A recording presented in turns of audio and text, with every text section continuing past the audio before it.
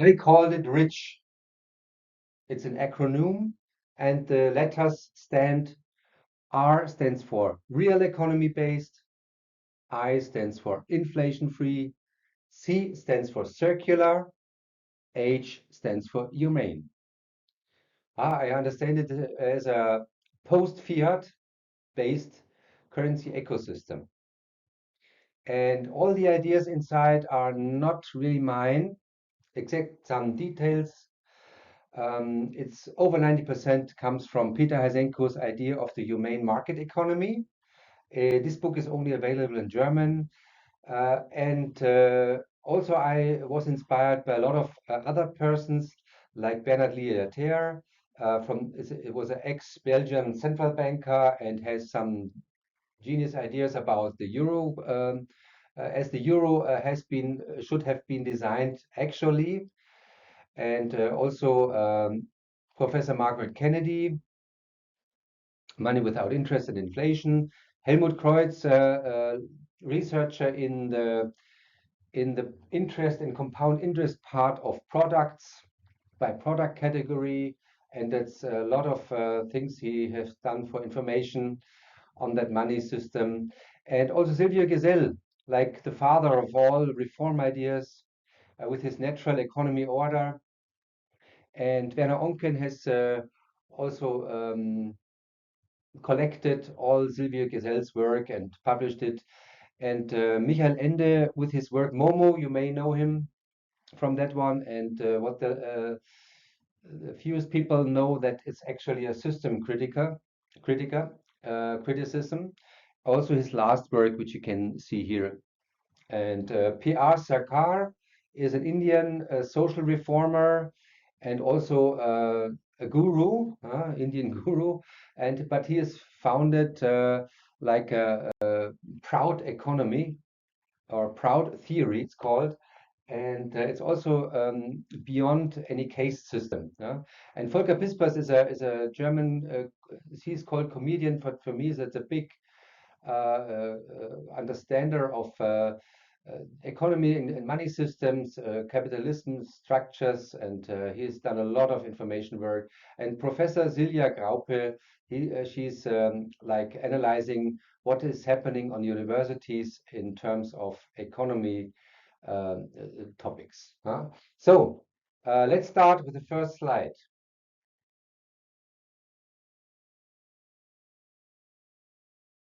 So here I was trying to put together 15 wounds of the current turbo capitalism. So please notice the difference. I'm not referring to capitalism, I'm referring to turbo capitalism, because if I would show wounds, I should also should show, to be fair, the good points. So, but in turbo capitalism, I did not find any. In capitalism, I can find some good things, yeah, some healing things, something where the world was better afterwards, but not in the current state of the capitalism is turbo capitalism. So what's missing here is also, like the current capitalism has the built-in function to turn into a turbo capitalism, like kind of automatically. So now let's quickly have a look at this gray box here, because this is the color is gray because it's a gray zone. So you can feel VARs, you can see VARs, you can notice VARs, resource exploitation, environmental stress. We see the rich-poor gap. We see like a growth imperative. We feel in our daily work, perhaps modern slavery, time theft, globalization, always. But do we really feel and notice those things written here? Do we really see interest and compound interest effect as a driver of all those things? So my thesis is that this is the root cause of most of the problems mentioned here. So those are the symptoms, and this is the root cause which we should treat first. Otherwise, we are running in circles. So that's based here. That's the basic idea of my presentation here. And I quickly go through the things. It's like the privatized money creation out of private banks, and the interest and compound interest effect. Also here, of course, it's like the fiat money system since 1971, since the gold standard was cut.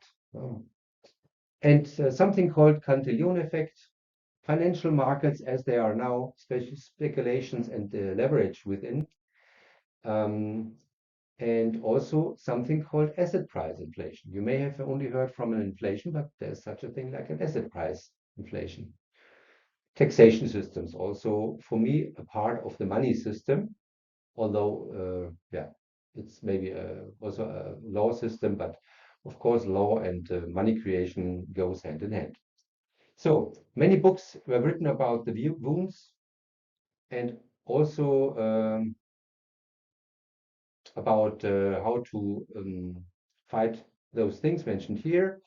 But those books mostly end with the problem analysis, but they don't offer any solutions.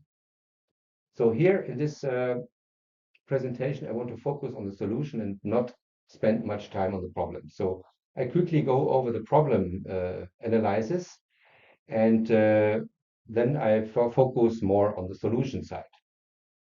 Okay, let's go to the next slide. This was the mentioned um, blind spot on inflation.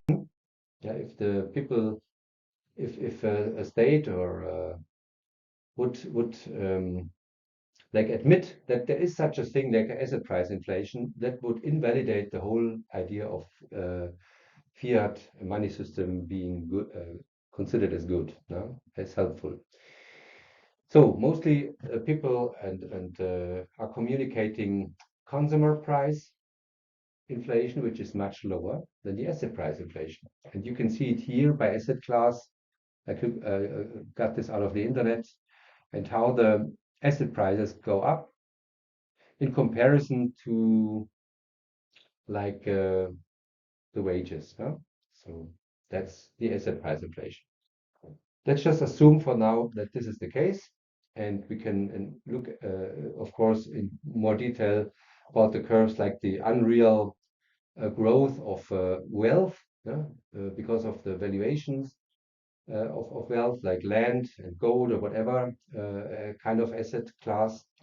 So it's like kind of totally unlinked to any economic growth and GDP growth or something like that. Huh?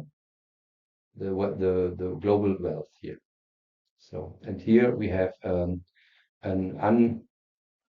unhealthy development since 2008, the global financial crisis, Lehman Brothers. Huh?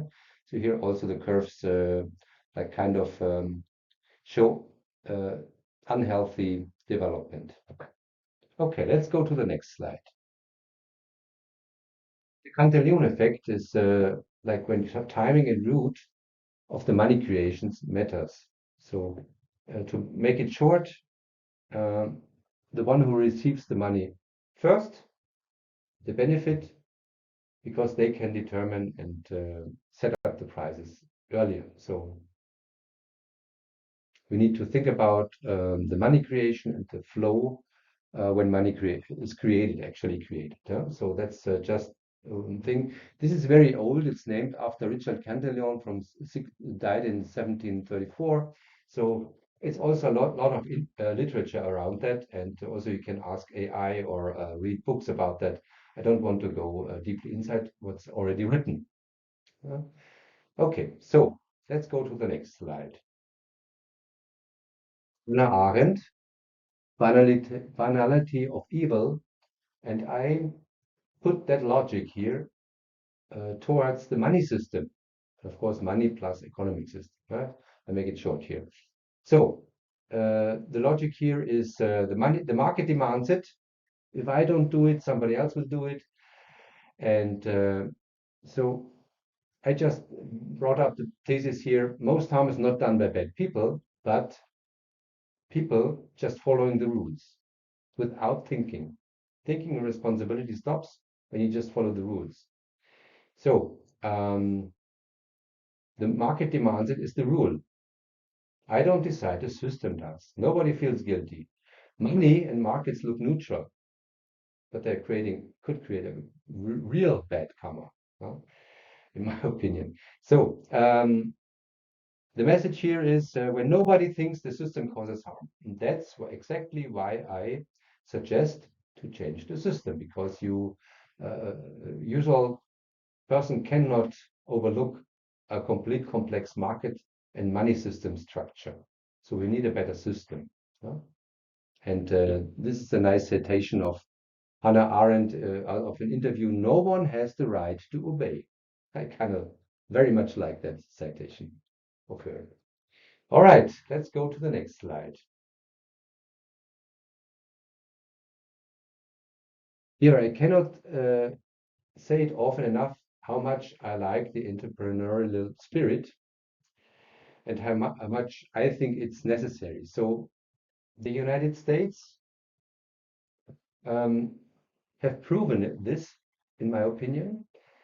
The good, when you look at the products, when you look at Microsoft, when you look at Google, when you look at in social media type of stuff, when you look at how easy it is to have a marketplace, when you look at the Starlink internet, whatever you can say about good and bad things, but I personally like products who have a quite high quality. And for example, Google has a much better quality than, for example, Ecosia. Ecosia has high value, but I don't use it very often because Ecosia, I don't find things so easily. So same with like LinkedIn. It's a very good, in my opinion, very good, much better than Xing social media. So there's a high quality in there. And what I don't get tired to always mention and to emphasize on good performances there should result in good compensation. Where I disagree is when somebody goes to the stock market and finds the right place, and because he can overlook a market or even influence a market, and then gets out of nothing to much higher income out of this stock market. So here's the sick part, and this is for me is the healthy part of it. So we should not punish success, and but we should punish rent seeking and yeah, the absentee landlord pays. So this was and one more thing about the IP law, intellectual property, patents and copyrights. So it's also a sick tendency when we look at Monsanto. And so that's kind of sick. Also, why should an infrastructure, a good idea, which has become a public infrastructure, still serve the originator of the idea? Because when he does not have any effort with this, so cash cow effect. So I think with this money and economic system reform, we also need to look at other laws like the IP law and also some trust building companies law type of stuff, company laws, also the stock market laws, things like this. So needs a reform too, in the same context, but under this spirit. Okay, so now next to the next slide. Yes, here I point to all systems which do a finger pointing towards individual persons like billionaires or whatever, politicians. So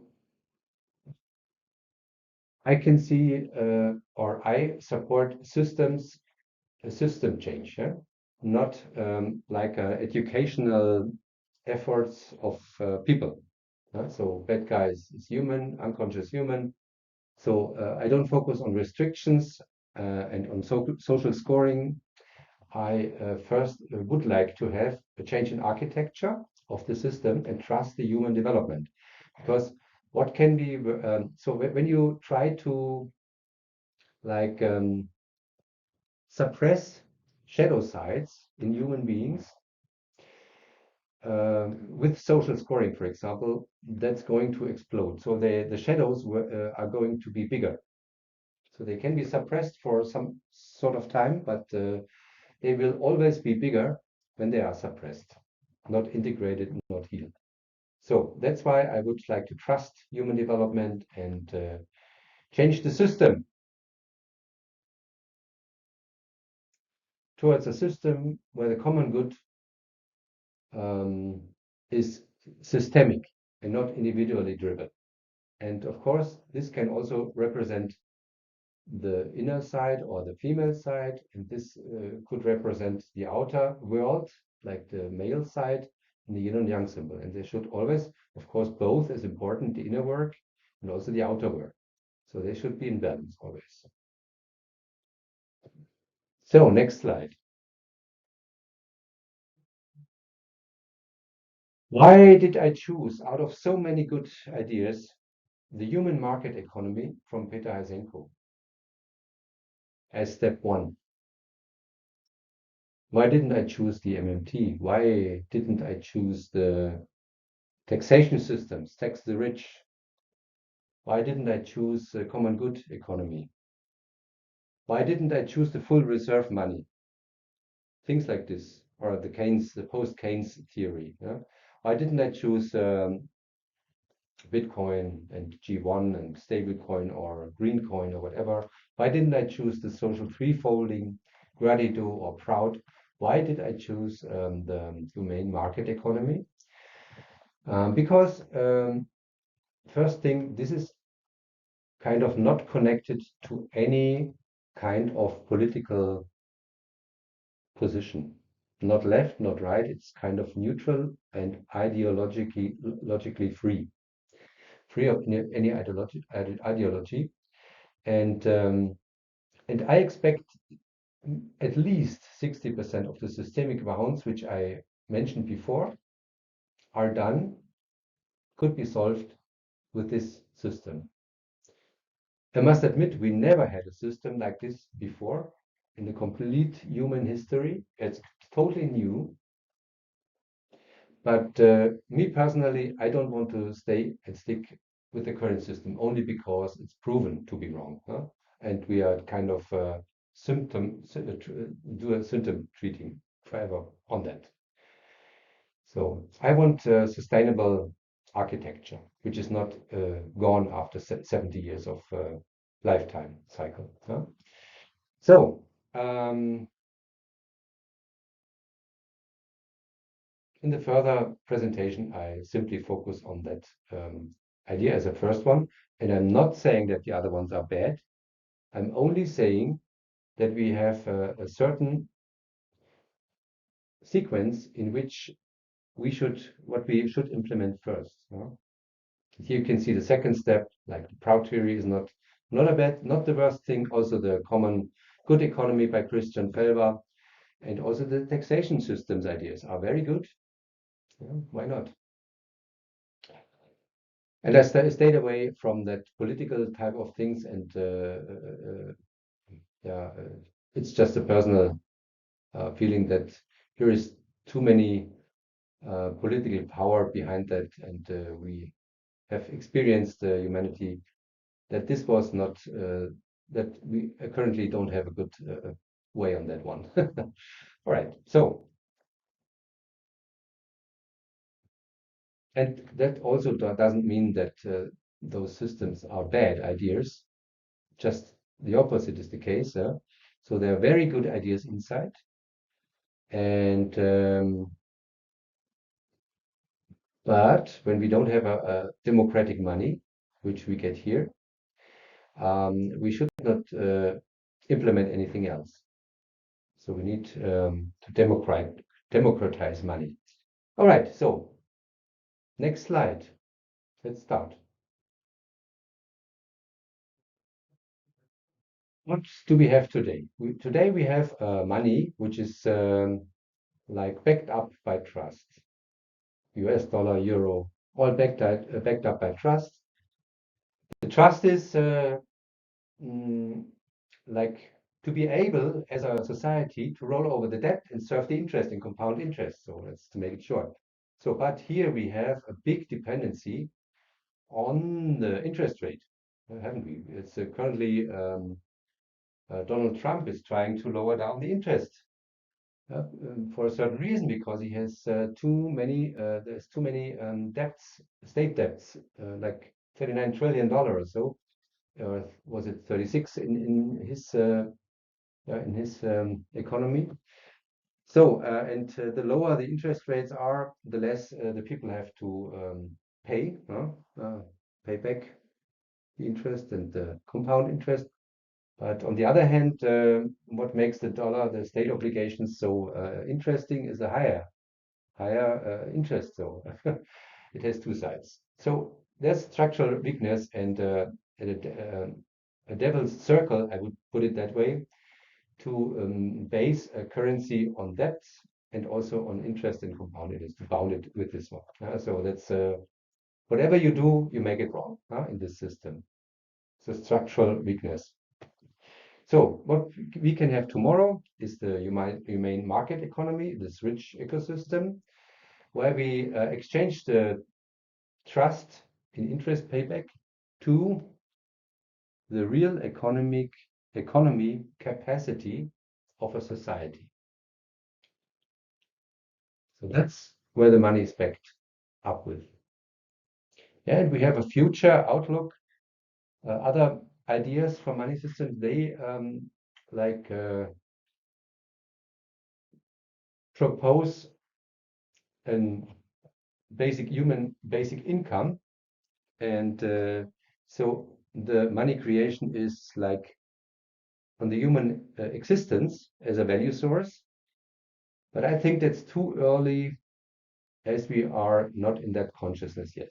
So that's something for the future, in my opinion. That's why I classified those things as a future money systems and economy system when we have a new we consciousness, like to most of us. So at the moment, we are still in our development there too.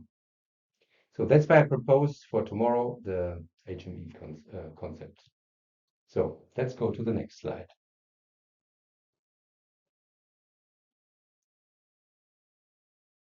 What are the core innovations of Peter Haisenko's Humane Market Economy? The basic or the heart of this is something which I called cooperative monetative, or in short abbreviated as a CM here in the later context. So what does this mean? Cooperative. Cooperative is like belong to everybody. Monetative, money, money storage. So he also, when I would do a one-to-one translate to German, from German to English, he called that pay-as-you-go value storage. So you see here the pay-as-you-go is the next point. But here, how does it work? Everybody has savings, companies and private persons, reserves, which are not needed at the moment, and they all flow into that monetative cooperative, but very important, without losing the ownership. So it's no expropriation in that concept. And we have an outflow, and that is where the innovations go on, the investments, and the public projects are financed. So it's a pay-as-you-go system. It's just like we have in Germany, we have a pension system which were founded by Bismarck, Otto von Bismarck, and 1800 something. And this is still alive. It has survived 2 world wars, that pay-as-you-go pension system. So, but this is not about pensions only. It's now that system idea applied to an entire national economy. That's the idea here. That's at the heart of that system proposal. And one very good thing is that work and value creation are no longer punished by income tax and value added tax. We'll see how that can be financed later. And lots of money economy systems are proposing, okay, the private money creation is not a good idea. Let's do that. Let's make a state-based money creation. So Peter Haisenko says, okay, there's so much money already on this world. There's no new money creation is needed at all for the moment. So it's like it's more like need to be destroyed more than created. So, and if so, of course, not privately anymore, not by banks and insurance companies, by credit giving out loans, and to make sure that all the savings which are not needed for the moment uh, are really inside that cooperative monetative.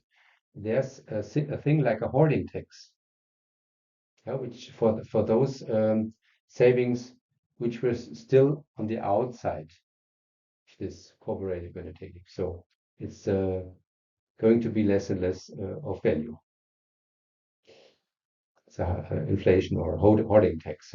So that's also here a little bit like Silvio Gesel's idea here. And what you get here out of this is a blooming real economy because the money is flowing. So nobody holds it back from investment and from consummation. And the banks, the insurance companies return to the original value purpose. I mean, risk assessment, checking accounts, and also the regulation of insured risks. Okay.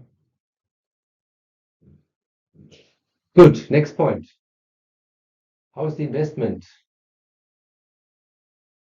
being done in the system? The loans. Not really. The stock market is needed anymore to get money for good ideas. It's you get it out of the cooperative monetative. Yeah, everybody has the same conditions, and there's also no financial gambling when you have that like derivatives.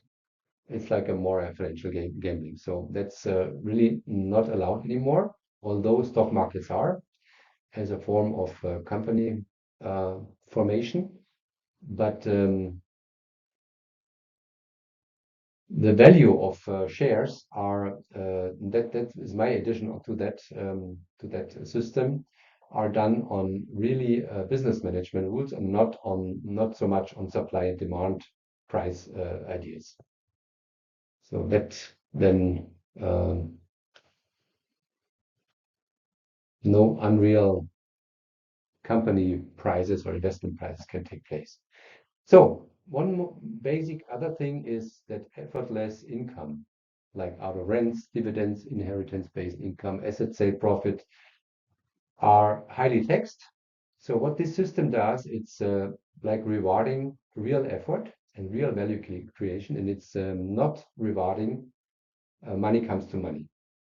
So we all know when somebody says make money out of money, it's really meant become rich on the back of other people, real human. So because money cannot work, only people can work, or robots. Alrighty, so that's this here. And by the way, here's a little film about that logic here in German, but with English subtitles. Just click on that QR code and you'll get it. It's only 12 minutes film. And what else we have? We have an inflation debt-free money. No money printing in, and we have therefore with this money in itself, we have a plannable future. So you don't have a plannable future when you don't know when your money is like beaten up by inflation. So the social security is completely rethought. based it now on the German system as an example. So we have there the secure pensions in the cooperative meditative. And by the way, I need to say this because like when we go to pay-as-you-go systems, why do banks do not go bankrupt? Because it's the chaos theory. Not everybody wants the money to be paid out at the same time. So the same logic applies here to that whole cooperative monetative. So that it's an instant and continuous flow of money coming in, money getting out. So it's like this little idea of a pay-as-you-go system. That's why this still works. And here we have some special rules for gift and also for inheritance. It's like yeah, some ideas there, but this would go too far now. And we have in terms of healthcare and care work, we have like a secured basic income. And this is financed by a 20% business to consumer sales tax. And also we have a guaranteed basic healthcare, which is financed by 8 to 16% additional B2C sales tax. So it's with everything you spend and you consume, that you get a consciousness about you have made sure that society or that everybody has a secure basic income and a basic healthcare. And for me, the best point here of a blooming economy is like we have lower labor costs because here with no income tax and this social security is not part of the wage costs, you have much less labor costs, while the purchasing power, because there's no income tax, increases dramatically. Also, when you have here no built-in interest and compound interest effect. I forgot to mention that this is a simple interest rate you will get here, not having any compound interest effect.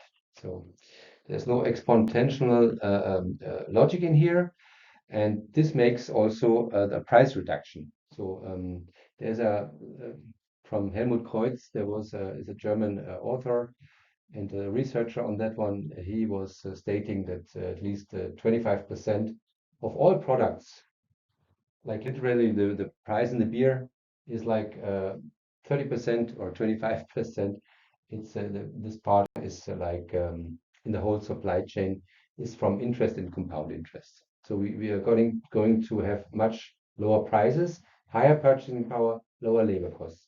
What can be better for an economy? To flow and grow and not well, I try to avoid grow, only flow and to serve everybody, to serve yeah, the public wealth, public common good, common good. Alrighty, so this was it, like a little bit the theory part. Let's go to the next slide. Here we have that pay-as-you-go system, what's coming in, what's flowing out, and who owns it, like everybody, and also the industry, the companies, the agriculture, the services. Everybody pays in here with his non-used money and savings and whatever here, also insurance premiums, and high payments can take place within the cooperative monetative from account to account. And the outcome is here, public state projects even. So next slide.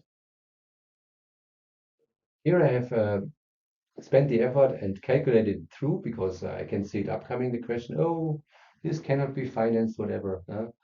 So I just proved that this is financeable, even with a surplus, which can be spent for public good, common good. like for art projects, like for scientist projects, like for schools and universities, things like this. And I based here this calculation on the what was published as a state household, based on Germany, based on the Eurozone. And what we see here, I especially highlighted this one. This is the part where people have more money and can increase their savings from today's 11% savings code to a tomorrow new logic of 48%. So you can imagine that when the pension contribution is done possible by putting enough savings in here. For example, one example. And what else we find here, like the number of citizens, the current GDP, what is the private consumption here, and out of the private consumption you can calculate what would happen, like when the prices fall by 25%, when you get an additional consumption by 25%, and then how much would it be for each like a citizen, okay? When the system charges 20% on each B2C sale, and it's here for Germany, for example, 436 euro, 47, and on the euro level it's a little bit lower. Why is it lower? Because Germany has a high balance of the foreign trade, a surplus on the foreign trade. So actually, some countries in the Eurozone live above their effort or the GDP, what the GDP allows them to be, because we have here a foreign trade surplus balancing. And also on the other side, of course, when there is a minus deficit, then we need to like equalize it. We need to balance it to zero. So that's one system architectural design proposal here, to always balance the foreign trade. So so here the Eurozone states except Germany need to, of course, each country needs to be calculated separately, and also we have here a state budget like as it is today. Yeah, we have in Germany, for example, 1,000 billion euro spending on each level of state. In fact, from municipal to state level, we spend 1,000 billion euro at the moment for non-secure social security, and the other 1,000 we spent on social security. So it's a high amount. And within this whole system, the social security is redesigned, as I mentioned before, and calculated in here. Also, there's a fund for social hardship cases. Yeah? And some of these figures, of course, need to be scientifically proven. Of course, it's just my personal research work here. And of course, I would love to see that being picked up by universities and calculated through critically. So what else we have here? That healthcare, and we see what is needed in Germany to cover the current healthcare costs. It's like 15% or 14.5, and on the Eurozone level it's a little bit less because the healthcare costs are less. It's very much high in Germany. And what else we have? We have current government debts, and they are not meant to be growing or paid off or something. It's just they can stay there and be frozen. And because within this amount, the payback of the interest is still calculated. It's just in another currency. When we define this cooperative monetative, of course, there needs to be a new currency in the end stage. And so, but we see what we see here. We have still, this is the public like opening balance of savings, we still have much more than the state debt. You have another situation in the United States, but in the Eurozone, we have still more private and company-wise savings than the state debt. So theoretically, by like putting all the savings together, we can even pay off all debts if we want to. So, but for the moment, as also a debt cut could come within the United States, whatever, we don't know yet. So we just leave it as it is because the economy can handle this here at the moment. So we still have a good buffer. We don't need any MMT, modern monetary theory, to grant flexibility. We have, as a combined effort, we have enough buffer zone here in that whole system. Whatever we decide, and don't forget, this whole balance sheet here needs to be approved by everybody because everybody is the owner of that. So in the ideal world, the politics would like can create a state household, and the democratic cooperative monetative is approving it or not approving it. So that would be the ideal world, actually. Okay, we'll see if this happens. And so here it's also mentioned the target 2 imbalances. This is the foreign trade balancing, which is in the Eurozone at the moment. It's only a theory that should come a reality to have a fair economy. So that's part of it. No country should live on the cost of others. That's it. Or no economy. And what this also does is it gives ourselves a new way of solidaric feeling, thinking, acting. And that's one of the best things, because we don't like make this by social scoring. We do this by a systemic change. So give a new spirit of of doing things together. I can see only advantages from all of that. All right, so next slide. How can we have the institutional foundation of that? We have today in the Eurozone a lot of central banks. They are kind of not really have any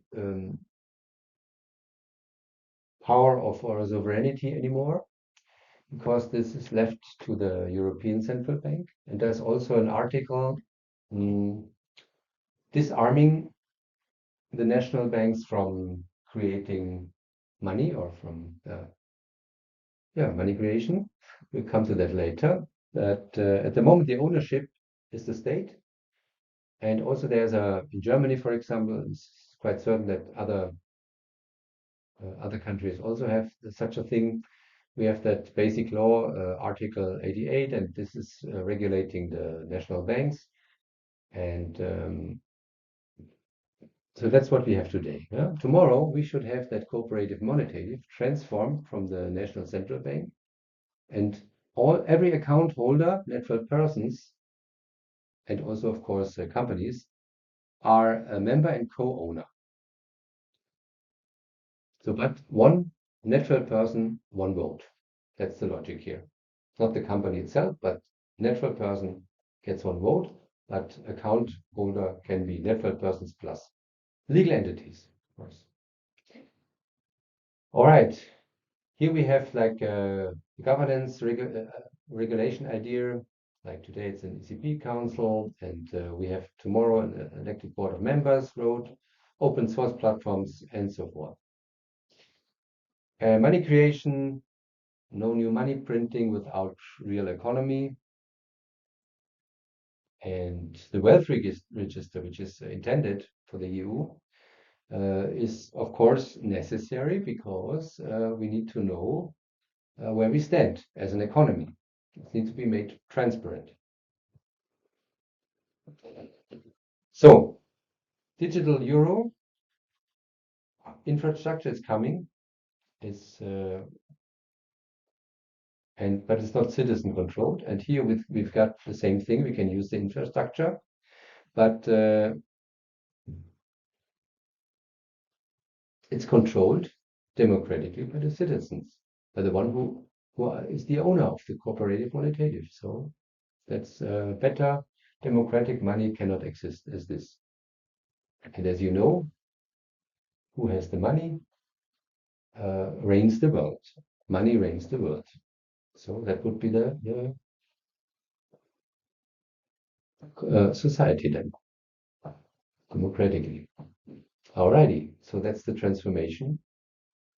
And I mentioned here phase one. We'll see that in the next slide. Same stuff, only for the moment, for the phase one. Later on, we'll get to a democratic council, democratically voted council. Alrighty, next slide. Here are the three phases I would suggest to make the transformation. In total, to make it short, it's like a 5-year process when we speed up. But we need to be very careful that we don't get any, when we get a new currency, that we don't get any attacks from the outside world who don't like that system. No speculation windows, so forth. So the first 3 years is just to make the law, to enable the law system to come to a cooperative monetative. There are lots of articles need to be rewritten, and here this also in Germany, for example, that needs a 2/3 majority to change basic law article. So that whole thing, the whole idea needs politically a 2/3 majority, at least. So to become true. And then it can be expected when Germany starts, for example, that other European countries follow very quickly, because it just makes sense. And we should not forget that Germany is the fourth biggest economy, GDP-wise, in the world. So it's to be expected that, and also that France, for example, and the Netherlands are following and doing this the same time. So when the quorum is reached, then we can activate it within 6 until 24 months. So depends, of course, on the legislative speed, not on the technical complexity. So mechanism is ready at day one, but we all know in the democratic context, things like also in the Eurozone, things can be very slow because 24 countries, 24 opinions could happen. So here I suggest that more than 50% of GDP-wise, that we come to that phase two. And social basic income replaces already here. And as this now is a very large figure,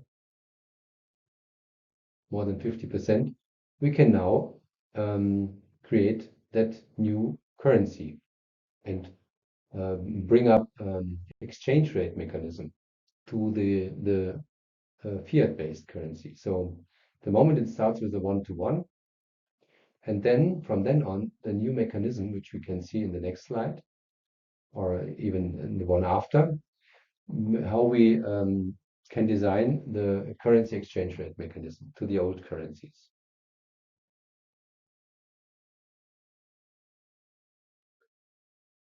So, and in phase three, we have that full rich system established.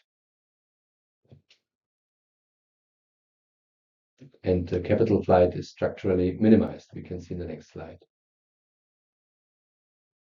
Let's go to the next slide then. Here's the legal pathway. we need to look as a majority in this Eurozone regulations. We need to look at this article that we can have that cooperative monetatives, and the whole currency system is based on also on the ideas of Bernard Lietaer. He was basically saying, okay, we need the euro, but we need to leave the local currencies as well. And in terms of Greece, we would have been happy if Greece would have had their currency at those times. All right, so basically we're getting that local currencies, but we can also see in a later slide that they are all like forming together a Eurozone common currency. Here are some other concerns. Maybe it's too much for now to step deeper into this. This you can read in a quiet. This is like about some safeguards and concerns you can have. A capital flight, why is capital flight? Doesn't make sense anymore. So it would be very destructive to the very own wealth. All right, and also, yeah, no bank run things less possible. Next slide, please. Democratic control. We have that monetative established on a national level. The Eurozone level, we also have a section for that. All cooperative monetatives on a national level work together as a network. And of course, they are financing also the Eurozone, but there's no separate instance on the Eurozone in my ideas. So, and also open source platforms, anti-capture, no lobbyist access, and one person, one vote. Municipal level, everybody has his own budget, things like today. Next slide. This is very important. How do we do the international trade? And how do we handle the exchange to other asset types or other currencies, to gold, to whatever? So we can see it here. This is my proposed formula. Like when we have a new currency, for example, in the Eurozone, how would we do the exchange rate to the US dollar? We look at their uncovered debt growth. We look at the unbalanced trade. We look at their financialization, and we look at the asset inflation. And perhaps some more things needed. So you can imagine that a money printing government without real backup in the economy then really turns into an inflationary currency towards the rich-based currency. So who would win, who would lose? I try to like look into the markets, who would like follow, who would not follow, like United States, UK, Japan may not follow that logic. So they are more or less shrinking markets, and our economies should focus on the global south, excluding China, of course. So to make it short, and it will be a fair exchange with the global south, because the idea of the humane market economy includes a fair payment and a fair exchange rate, because today's exchange rates and currencies in the global south are completely undervalued on purpose. So this is not taking place anymore in the humane market economy. This is good for the whole world. It's not only for our country to keep the wealth on the back of others. So it's like a fair world idea.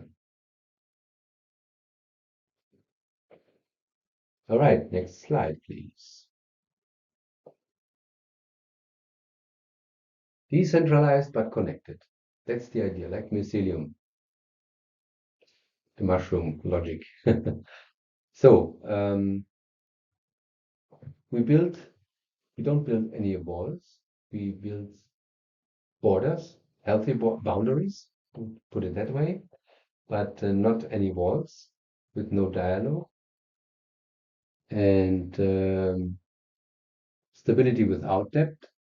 Europe as a pioneer region. I cannot see any other regions except perhaps India as where such a thing would be possible or would be even intended. Yeah. The solution will not come out of China. The solution will not come out of the United States of America. They have just a complete other culture, I would say. So, so it's I can see Europe as a pioneer region as a blueprint for the whole world. And what we have really experienced is we have 27 languages, cultures, identities, and we share one monetary architecture. And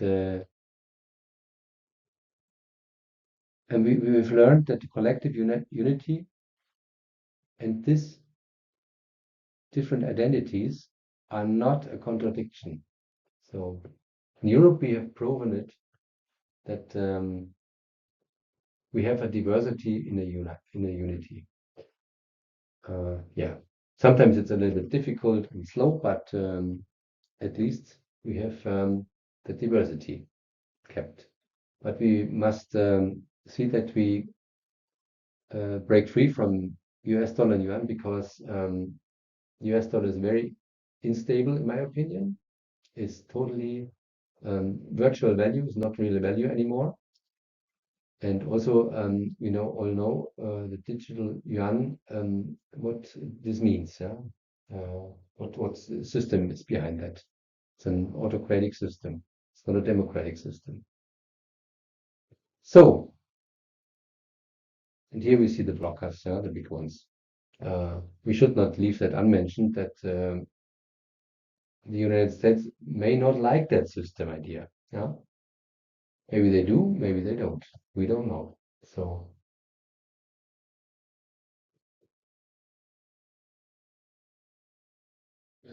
and what I expect is less war and also less um, social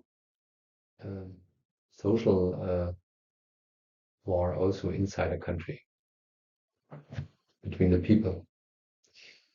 All right, so that's the idea here.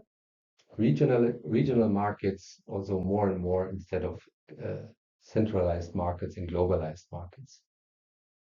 Very important trend which we need to set as Europe, for example, and hopefully.